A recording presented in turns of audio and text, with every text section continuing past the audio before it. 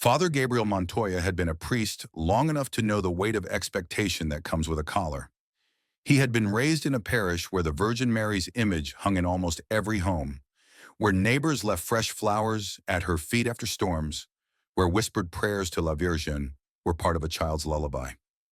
As a boy, he had sat on his grandmother's knee listening to tales, the tilma that bore her image, the miracles that stitched together whole families' faith.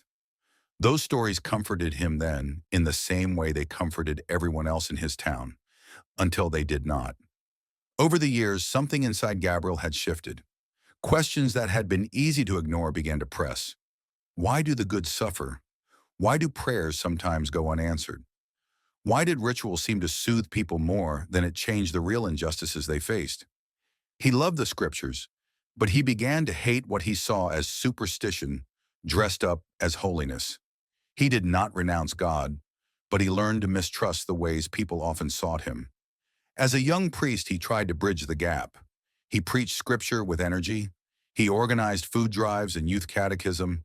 He visited the sick and the dying. But the more he served, the more he watched people lean on icons and formulaic prayers as if doing so replaced action. There were parishioners he watched cry at statues while turning their backs on the lonely, and politicians who kissed medallions while lining their pockets. Gabriel's sermons grew sharper. Where others spoke of Mary's tenderness, he spoke of the need for justice, for hands that roll up sleeves and change things rather than bowing to images. He asked people to think, to wrestle with doubt, to not settle for easy answers. That earnestness, at first welcomed by some, slowly began to alienate many. The older women who braided candles at the shrine sniffed and avoided him in the market. Some young men admired his boldness, but more and more the regulars who came every Sunday, with wreaths for the Virgin, felt a coldness from him. "He'll change his tune," some would whisper. Others muttered that his mind had wandered. Gabriel didn't soften. He believed he was pushing his flock toward an honest faith. When devotion became ritual and ritual became refuge from responsibility, the faith itself was at risk, he thought.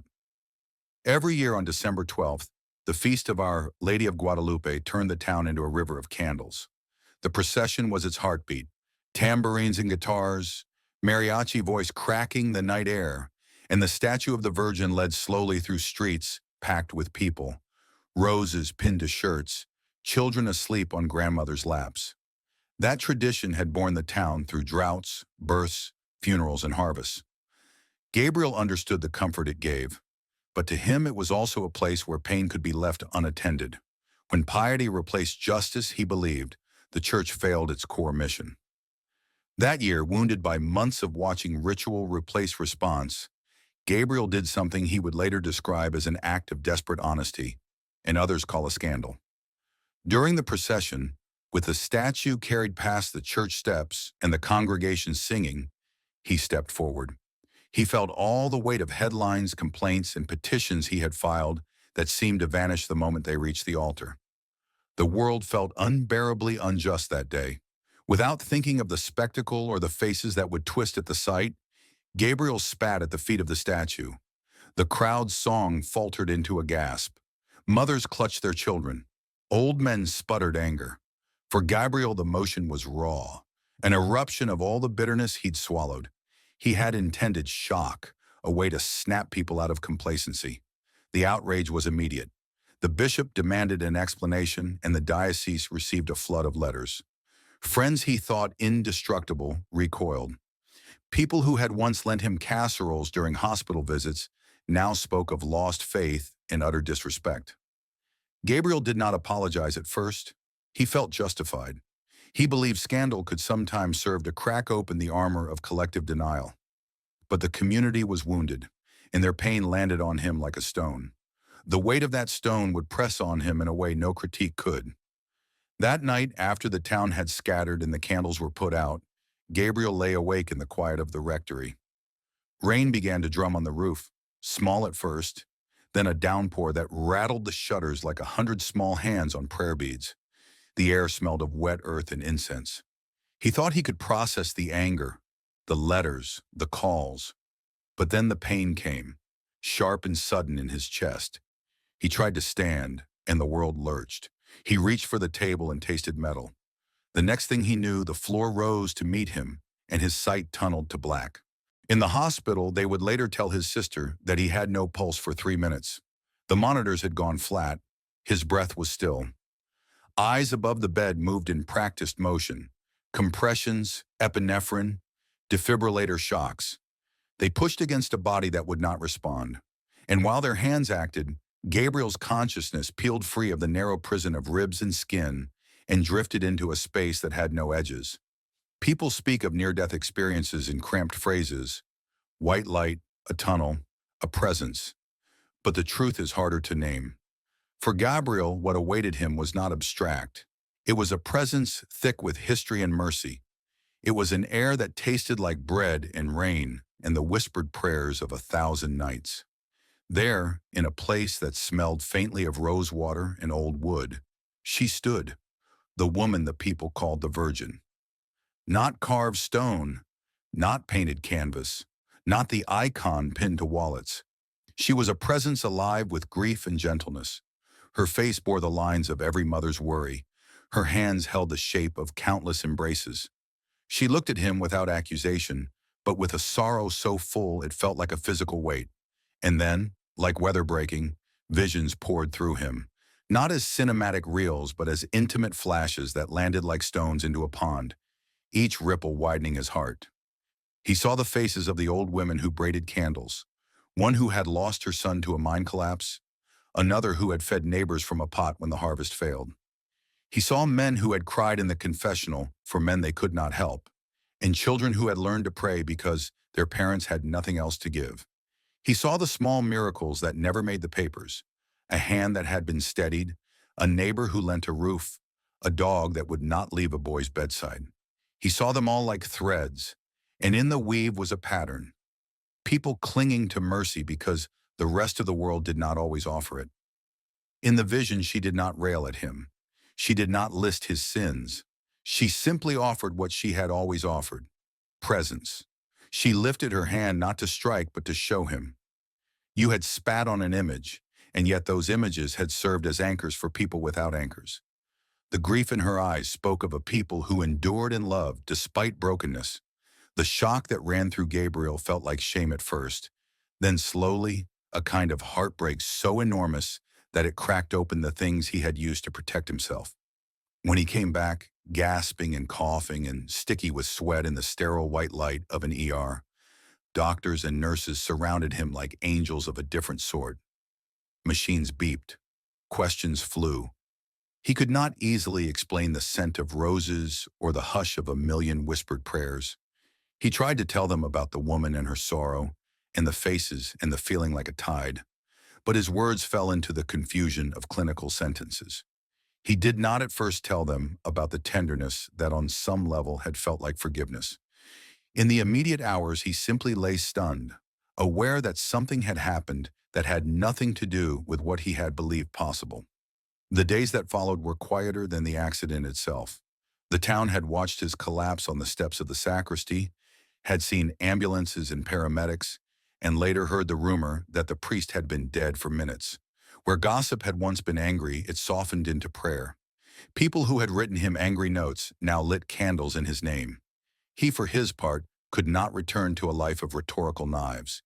The woman he had seen in the light had not offered him a condition. She had not demanded he recant, nor had she forced a litany of contrition. She had only held up the lives of those who loved her and asked him silently to see them. There was a private reckoning. Gabriel's hands shook when he made his way back to the chapel, weeks later. He had been ordered to rest, to step down from certain duties while his heart healed, but his spirit pushed him forward. The statue he had spat on still stood where it had always stood, draped in a mantle of cloth and flowers. He could have avoided it, turned his ministry into administrative work, but each time he saw the delicate face painted by hands long dead, he felt the vision pull at him like a tide. He went eventually, and he knelt. He did not speak at first. He sat and let the memories of the woman in the light wash through him. He confessed, not theatrically in front of a congregation, but privately in a whisper to a God he had doubted. Forgiveness, as he learned, is not always loud. It often comes as a series of small acts stitched together by the same hands that had once sinned. Gabriel began visiting households at the edges of town, huts with leaky roofs, the home of the woman who had braided candles, the small clinic where an overworked nurse had slept in the back room. He did not go to preach. He went to listen. He sat by beds and learned names. He brought soup, mended roofs, sat through the long hours of waiting rooms. People responded in ways he had not expected. The same hands that once clutched at his cassock in anger now reached out to grip his palm when a neighbor needed comfort. Word traveled. The transformative arc of his story, priest turned skeptic turned humbled servant, drew pilgrims as it always does when a story tastes of the miraculous. But Gabriel bristled at spectacle. He never wanted to be an object lesson. He had watched how spectacle could be used to distract and control.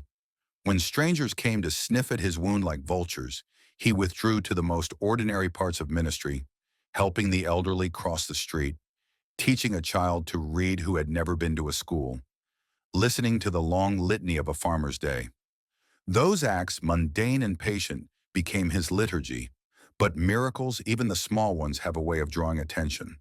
Stories circulated: a woman who had been sterile for years conceived, an old man long bedridden had a day where he rose and walked, if only to stand in front of the Virgin's statue and weep. People told of a boy whose temper had been soothed after the priest comforted him rather than scolded him. None of these acts were fireworks. None were the kind of headline-grabbing events that government ministers crave. But in a town lit by candles and shaped by the struggles of ordinary people, they mattered.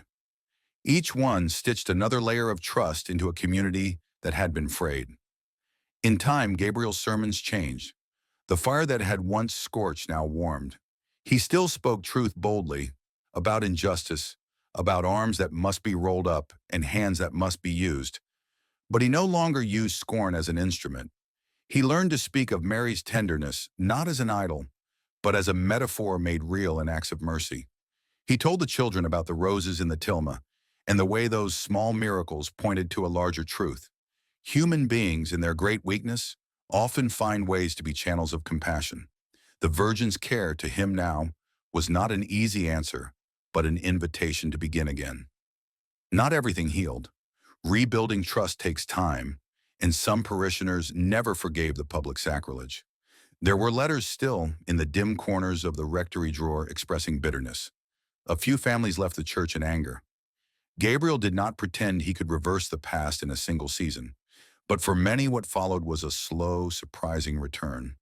People came back to confession not out of fear, but out of a desire to be honest. They volunteered in ways they had not before.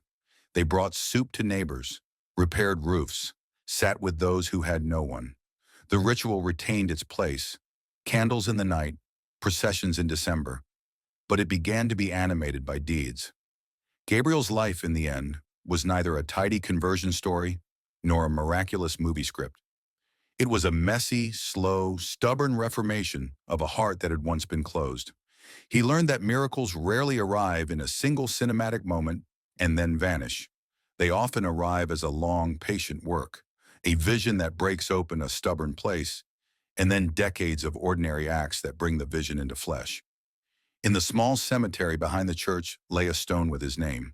People came to say prayers and leave fresh flowers as they had once left them by the Virgin's feet. Sometimes pilgrims would ask for the exact hour of his collapse, as though the calendar of miracles could be measured in minutes and seconds. But the story, for most who had lived it, stretched beyond that neat point. It was felt in tilled fields, in pots of soup, in hands that carried each other through the smallest emergencies. On the last Sunday of his life, Gabriel rose slowly and spoke of doubt openly. He explained that faith is not a war against questions, but a patient companion that can carry them. He told them a version of the story he had first only whispered: a woman of light who did not scold, but stood with him in quiet sorrow until he could finally see. He urged gentleness and courage both, and he closed, as he always had, with the Lord's Prayer. The congregation, older and younger together, replied, and in those voices there was a texture of life shaped by sorrow and grace. People still tell the story when the nights grow long and the harvest lean. They tell of the priest who spat at a statue and found that before stone and paint, there was a human heart, and before outrage, there was a call to mercy. They tell the story not to shame, but to invite. If a hardened man could find tenderness, perhaps any of them could begin anew. They leave roses at the shrine, yes, but they also leave casseroles on porches, sit with the widows, and teach the children to read. Gabriel's miracle was not a headline that solved every problem. It was the redeeming of a life, a turning toward the small, consistent work of love. In a world that often seeks spectacles, the town learned to look for the quiet places where miracle and mercy stitch together a life worth living. When asked once by a visiting interviewer what he had seen, Gabriel smiled without theatrics. "I saw a woman who had held 1,000 prayers," he said simply. "She simply showed me that the world needs hands more than arguments." And so the statue remained, mantle glinting under the sun, a place where people knelt and wept and prayed. Not because stone promised magic, but because in the act of kneeling, they learned over time to become mercy to one another. He returned to the chapel and breathed, thinking of the faces. And in that breath, for the first time in years, he felt entirely at home.